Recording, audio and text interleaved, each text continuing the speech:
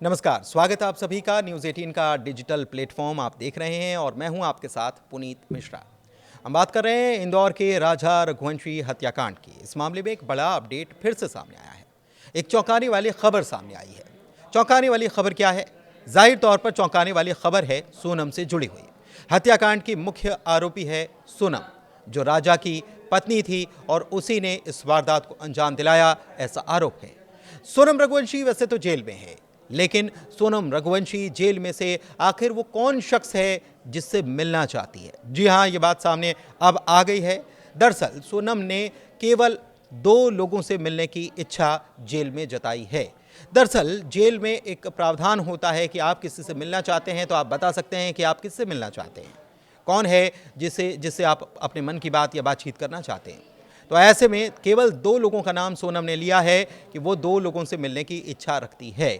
लेकिन ये 2 लोग हैं कौन और इस मुलाकात के पीछे का राज आखिर क्या है? तो 2 व्यक्तियों से फ़ोन पर बात की है सोनम ने, ये बात भी सामने आई है। दरअसल ये बात पहले से सामने आ गई है कि सूत्रों के मुताबिक सोनम ने जेल में से अपने परिवार के केवल 2 सदस्यों से बात की और ये 2 सदस्य हैं सोनम के पिता और सोनम का भाई गोविंद रघुवंशी। इतना ही नहीं, सोनम ने पिता और भाई गोविंद रघुवंशी से मिलने की इच्छा भी जताई है। साफ तौर पर सोनम ने जेल प्रशासन से यह कह दिया है कि वो किसी और से नहीं मिलना चाहती, लेकिन 2 लोग, उसके पिता और उसके भाई से वो मुलाकात करना चाहती है। इतना ही नहीं, सोनम को जेल से सप्ताह में 1 बार फ़ोन करने की परमिशन मिली हुई है और अभी तक सोनम ने 3 बार अपने परिवार से बात की है। हालांकि ये साफ नहीं हुआ है कि फ़ोन पर बातचीत का विषय क्या था, लेकिन ये ज़रूर चर्चा है कि सोनम ने सबसे दूरी बनाते हुए सिर्फ इन 2 ही लोगों पर भरोसा जताया है। इधर सोनम के भाई गोविंद ने कहा है कि अभी तक उनकी और सोनम की कोई बातचीत नहीं हुई है, लेकिन एक खबर ये भी आई थी कि सोनम ने अपने पिता से बात की है। सोनम के भाई गोविंद रघुवंशी ने हाल ही में मीडिया से बातचीत की और यह दावा किया कि सोनम से अभी तक उनकी कोई बातचीत नहीं हुई है, फ़ोन पर भी नहीं। उन्होंने ये भी कहा कि सोनम का जेल से घर पर फ़ोन करने की बात महज अफवाह है। जी हाँ, ये बड़ी बात भाई ने कही है कि ये केवल अफवाह है और इसके पीछे कोई तथ्य नहीं है। गोविंद ने यह भी बताया कि वो और उसके पिता जल्द ही सोनम से मिलना भी चाहते हैं और इसके लिए उन्होंने बाकायदा शिलोंग पुलिस को एक आवेदन भी दे दिया है। हालांकि पुलिस की ओर से अभी तक इस मामले में उनको कोई जवाब नहीं दिया गया है कि उनको कब मिलने की परमिशन दी जा सकती है, लेकिन आवेदन दिया गया है, ये बात है। गोविंद का ये भी कहना है कि वो अपनी बहन का पक्ष जानना चाहता है। वो ये समझना चाहता है कि आखिर सोनम ने ये सब किया क्यों, क्या वाकई इसके पीछे सोनम है और कौन वो शख्स है जिसके लिए सोनम ने ये सब कुछ कर दिया। लेकिन ये मुलाकात क्या कोई नया खुलासा करेगी, ये भी एक बड़ा सवाल है। हत्याकांड में नए मोड़ भी आए। नए मोड़ कौन से आए? राजा रघुवंशी हत्याकांड में हाल ही में कुछ अपडेट भी हुए। मसलन सोनम के 2 मददगार लोकेंद्र सिंह तोमर और बलबीर अहिरवार को शिलोंग की अदालत ने जमानत दे दी है। अब ये सह आरोपी, दरअसल शिलोंग पुलिस की तरफ से इन दोनों को सह आरोपी बनाया गया था और इनके ऊपर जो धाराएं लगाई गई थी वो भी जमानत वाली धाराएं थी। ऐसे में इनको जमानत मिल गई है बीते दिनों।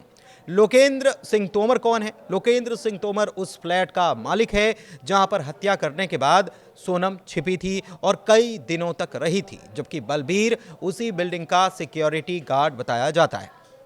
इसके अलावा बलबीर सिंह जो है उसने दरअसल शिलोम जेम्स को अपना मकान, अपना फ्लैट जो है वो किराए पर दिया था और शिलोम जेम्स जो है इस मामले में आरोपी है और उसने सबूत भी छिपाए और ये बात सामने भी आई जब शिलोंग पुलिस उसे लेकर इंदौर आई थी। इंदौर उसके घर पर गई थी और साथ ही साथ उसने जहां सबूत छिपाए थे वहां उसे छानबीन करवाई गई और तो और उसे रतलाम भी, उसके ससुराल भी पुलिस लेकर गई थी।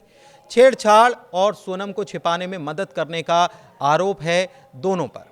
किन दोनों पर? इन दोनों पर। लेकिन कोर्ट ने उनकी जमानत मंजूर कर ली क्योंकि उनके खिलाफ लगाई गई अपराध जमानती थे। क्या इन जमानतों से सोनम के केस पर कोई असर पड़ेगा? क्या आपको लगता है ऐसा कि 2 लोगों को इस मामले में जमानत मिली है लेकिन अभी बाकी पूरा केस चल रहा है और दोनों लोग जो हैं वो सह आरोपी हैं, लोकेंद्र सिंह तोमर और बलबीर सिंह। बलबीर सिंह जो है वो वहां का सिक्योरिटी गार्ड था, जबकि लोकेंद्र उस घर का मालिक बताया जाता है। हालांकि इस मामले में शिलोम जेम्स को अभी तक जमानत नहीं मिली है, जिसने सबूत छिपाने का, उनको नष्ट करने का काम किया था, क्योंकि उसके फ्लैट पर भी गई थी, उसके घर पर भी गई थी, उसके ससुराल में भी जो एक कमरा था वहां पर भी गई, वहां से कुछ मिला भी और उसमें मंगलसूत्र और तमाम चीज़ें वहां से पुलिस को बरामद हुई थी। तो मामला पुलिस की जांच में अभी भी बना हुआ है, पुलिस तमाम एंगल पर जांच कर रही है, लेकिन सवाल अभी बना हुआ है कि इतनी बड़ी वारदात को अंजाम देने के बाद सोनम ने सबसे पहले फोन किसको किया था, कांटेक्ट किसको किया था? अपने भाई को। जब वो इंदौर से यहां से रवाना हो गई थी, उसके बाद वहां पर जाकर उसने उत्तर प्रदेश में जाकर उसने अपने भाई को फोन लगाया, गोविंद को फोन लगाया, और फिर गोविंद ने ढाबे वाले को बताया कि सबसे पहले आप एक काम करो कि ये जो लड़की बात कर रही है इसको सबसे पहले नजदीकी थाने पहुंचा दो। लेकिन अभी तक ये साफ नहीं हो पाया है कि भाई से बात की तो किस वजह से सोनम ने बात की, क्योंकि वो तो भाग रही थी। फिर उसे क्या मलाल हुआ, क्योंकि भाई ने कहा कि जब वो सोनम से मिला था तो उसके चेहरे पर कोई शिकन नहीं थी, कोई मलाल नहीं था कि उसने ऐसा कुछ किया है। तो फिर उसने भाई को फोन क्यों किया, क्या वो बताना चाहती है? और भाई भी अब सोनम से मिलना चाहता है, इसके पीछे क्या गहरा राज है अभी साफ नहीं है। लेकिन आपको क्या लगता है इसके पीछे क्या चल रहा है? कमेंट के जरिए जरूर बताइए। धन्यवाद।